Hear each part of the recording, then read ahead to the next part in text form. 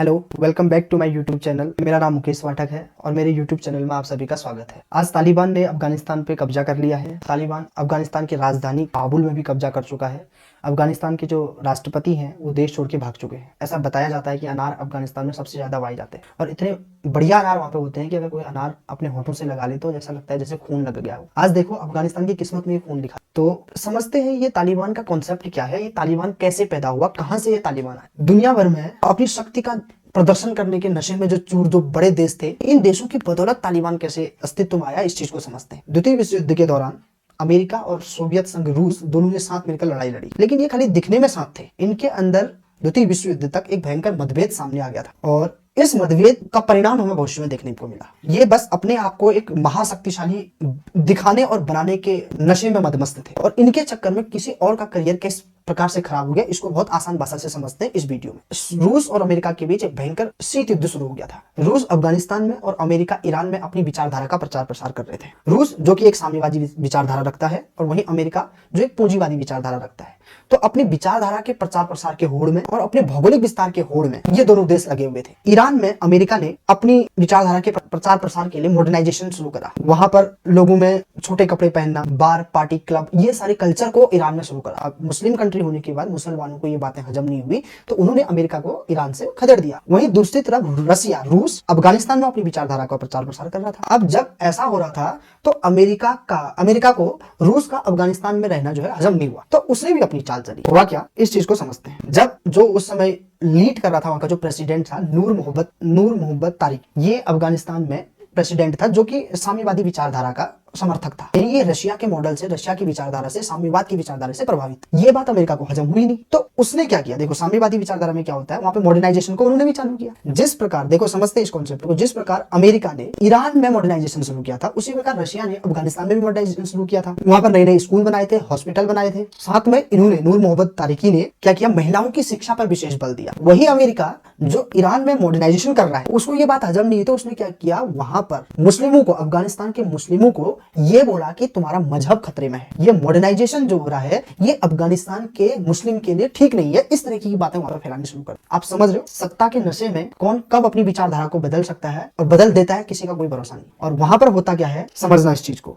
उन्होंने मजहब को बचाने के लिए वहां के धार्मिक लोगों के अंदर ये बात फैलाई और एक संगठन बनाना शुरू कर दिया जिसका नाम था मुजाहिदीन। अमेरिका रूस को अफगानिस्तान में स्टेबल नहीं होना देना चाहता था, तो उन्होंने वहां पर क्या करा, वहां के जो मजहब को खतरे में है, मजहब को बचाओ करके वहां के लोगों को इकट्ठा किया और एक जो ग्रुप बना, जो गैंग बनी, उनका नाम रख दिया मुजाहिदीन। समझ पा रहे बात को। यानी अमेरिका ने, जो कि ईरान में मॉडर्नाइजेशन चाह रहा है, वहीं रशिया कहीं अफगानिस्तान में स्टेबल ना हो जाए, इसलिए वहां पर क्या चल रहा है, तुम्हारा धर्म मजहब खतरे में है करके उसने मुजाहिदीन को बनाया।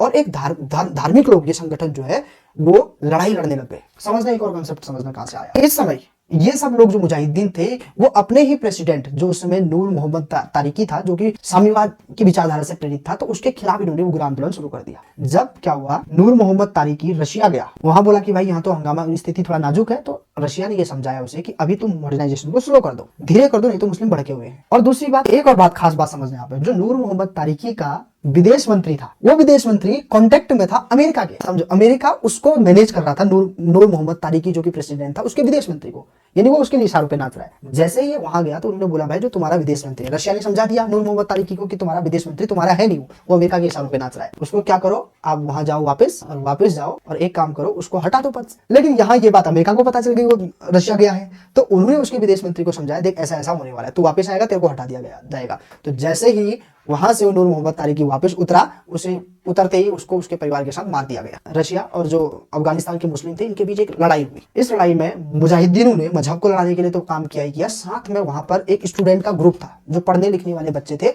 उन्होंने भी इसमें बढ़ चढ़कर भाग लिया। अब जो पढ़ने लिखने वाले बच्चे थे, इनको पाश्तून एक लैंग्वेज होती है, तो पाश्तून की भाषा में पढ़ने लिखने वाले बच्चों को तालिफ कहा जाता है। तो पढ़ने लिखने वाले बच्चों का जो ग्रुप था, इनको भी अमेरिका ने भड़काया, उनको भी ये बताया कि आप भी इस लड़ाई में बढ़ चढ़कर भाग लो, क्योंकि अमेरिका रशिया को अफगानिस्तान में नहीं देखना चाहता था। तो जो स्टूडेंट का ग्रुप बना, उन्हीं को नाम रखा गया तालिबान बोला गया, उन ग्रुप को तालिबान बोला गया।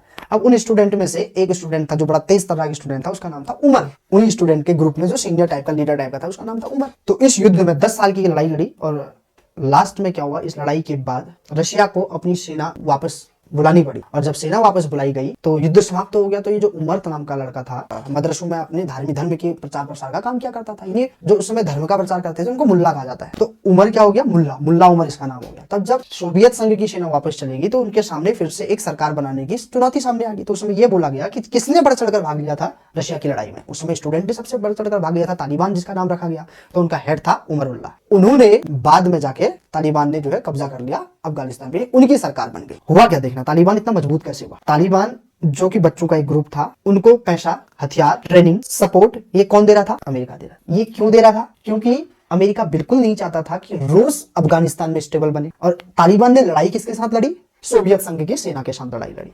तो आप देख रहे हैं धार्मिक जो धर्म का प्रयोग करके ये सत्ता को पाने वाले लोग अपनी विचारधारा के प्रचार प्रसार और दुनिया में शक्तिशाली बनने के नशे में मदमस्त लोगों ने किस तरीके से ये संगठन बनाया। अमेरिका ने इनको हथियार दिए, पैसा दिया, सपोर्ट दिया, ट्रेनिंग दिया।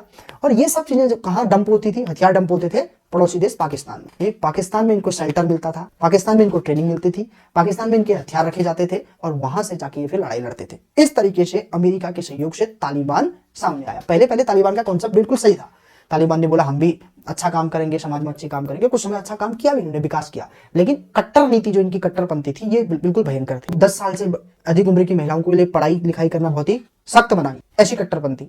दूसरी बात, पुरुषों के लिए बड़ी दाढ़ी रखना ये, और महिलाओं को हमेशा पूरे बुर्के में रहना, ऐसी कट्टरपंथी विचारधारा वहां के लोगों को राज नहीं आई। और धीरे धीरे एक बार फिर से तख्तापलट हुआ, तालिबान वापस चले गया। समझ पा रहे? तो आप यहां तक की बात को समझ पाए कि तालिबान कैसे बना, किसने बनाया। तालिबान ने किसके खिलाफ लड़ाई लड़ी थी पहले, सोवियत संघ के खिलाफ। लेकिन तालिबान को बनाया किसने था, ऐसा नहीं कह सकते। लेकिन हाँ, तालिबान को बनाने के लिए अमेरिका ने पूरा का पूरा सहयोग दिया था, हथियार दिए थे, सपोर्ट दिया था, ट्रेनिंग दिया था, पैसा भी दिया था। क्यों दिया था, क्योंकि वो सोवियत संघ रशिया के विचारधारा का प्रचार प्रसार और अमेरिका अफगानिस्तान में बिल्कुल स्टेबल नहीं होना देना चाहता था। तो यहां तक तो समझ आ गई कि तालिबान कैसे पैदा हुआ, क्यों तालिबान कहा जाता है। नेक्स्ट वीडियो में हम डिस्कस करेंगे कि तालिबान की कमाई कितनी है, इस आज की डेट में तालिबान इतना मजबूत कैसे हुआ। एक और ट्विस्ट है यहाँ पर, इस सोवियत संघ की सेना को उखाड़ फेंकने के लिए अमेरिका ने क्या किया, सऊदी अरब से वहां से भी लोग बुलाए और बोला कि भाई तुम पैसा लो, हथियार लो, लेकिन इस सोवियत संघ को यहाँ से उखाड़ फेंको। उसी में से एक था Osama bin Laden. Osama bin Laden को इसीलिए बुलाया गया कि आप जाओ, लड़ाई लड़ो, हथियार पैसा हमसे ले लो और सोवियत संघ को भगाओ। हालांकि ये अलग बात है कि अमेरिका और ओसामा बिन लादेन के बीच ये दरार कैसे आ गई और ये मिसकंसेप्शन कहां पर हुआ, वो एक अलग टॉपिक है। लेकिन ओसामा बिन लादेन को भी तैयार किया अमेरिका ने। बाद में अमेरिका ने ही ओसामा बिन लादेन को मारा था। उसके ऊपर हम नेक्स्ट वीडियो में डिस्कस करेंगे।